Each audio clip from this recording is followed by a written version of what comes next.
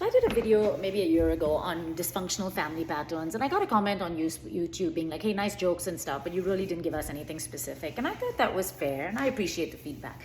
So I thought I'd take another stab at it. So when I think about family, I basically segment people into relationships that I have to have and relationships that I want to have.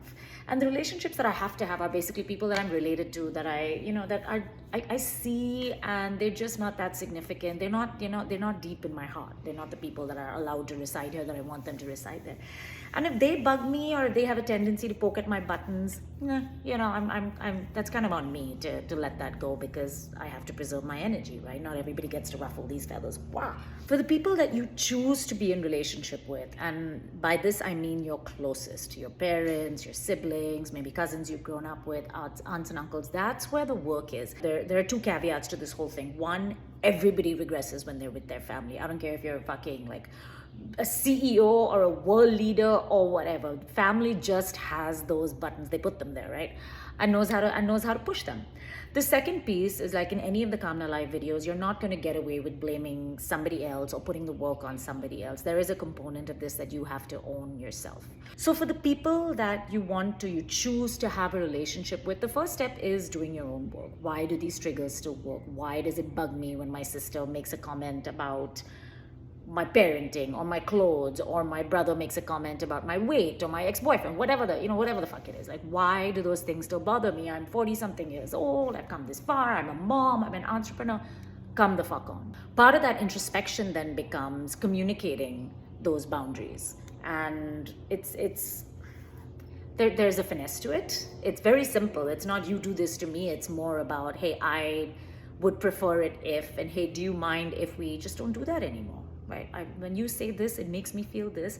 Let's just not do that anymore. It's quite simple, actually. The flip side is when you're on the receiving end of that kind of information, of any sort of information, you have to learn to listen. You have to resist the urge, especially if you're the older sibling and has always been used to sort of telling people what's going on. You have to resist the urge to counsel. You have to resist the urge to draw out patterns, because things may have changed. And maybe this time you ask, hey, do you want my take on this? Hey, do you want to see what I'm seeing? Do you want to hear what I'm seeing? And if the answer is no, then shut the fuck up. The world will be okay without hearing your grand revelation on something. Put it in a journal. It's fine. Not everybody needs to hear it. Never, ever, ever, ever, ever say, I told you so. Just never do it. No good can come of it. The other thing I find really, really important in relationships is stop counting. Relationships are never equal. That's some fucking childhood fairy tale. They are never equal. If you end up being the giver in a relationship, and the relationship is still positive for you, net in your life, brings you joy, peace, happiness, love, stop counting. Doesn't matter. It all works out in the end. I do this for you and you never do this for me. No good can come of it. Have you ever had any good come from that type of conversation? No, right? Exactly. Another piece that comes from adulting is knowing when to bow out yourself. I'm the fucking queen of doing stuff that I feel like I'm obligated, that I should do, and then resenting it and being pissed off about it. So it's really taken me putting on my big girl panties and being like, you know what? I'm not gonna go. This is not right for me. Hey, I'm not gonna join you on this. Hey, I don't wanna do this. Hey, this is not good for me. I'm gonna sit this one out.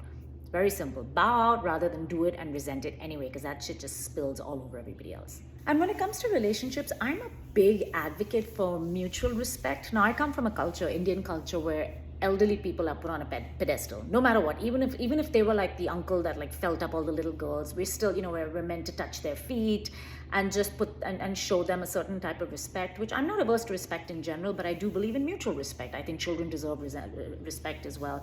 And now that I'm a grown-ass woman, like, I definitely, respect is up there for me. I'm willing to show it as long as I receive it. It's easy to say boundaries, and it's easy to say communication, and it's easy to, to bow out. But can you do it with grace, love, and compassion? Because remember, you chose this relationship. You care about this person. You want them to feel safe and trusted and loved. And as much as my ego can take a hit in relationships, my trust is sacred. In all honesty, I lost about half my family in a family dispute about 20 years ago. So I know who's around me. And it's not to say that we don't have our struggles, but I choose every day to keep these people in my life because they are my family and blood is thicker than water.